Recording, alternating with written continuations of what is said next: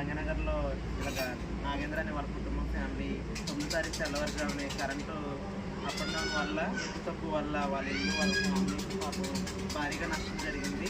మా ట్రాన్స్ కమిటీ నుంచి మా వంతు సాయంగా మేము మాకు తగినంత మాకు దేవుడిచ్చినంతలో వాళ్ళకి తగినంత సాయం మేము చేస్తున్నాము. 31,000 వాళ్ళ కుటుంబానికి ఆర్థిక సాయంగా ఇస్తున్నాము.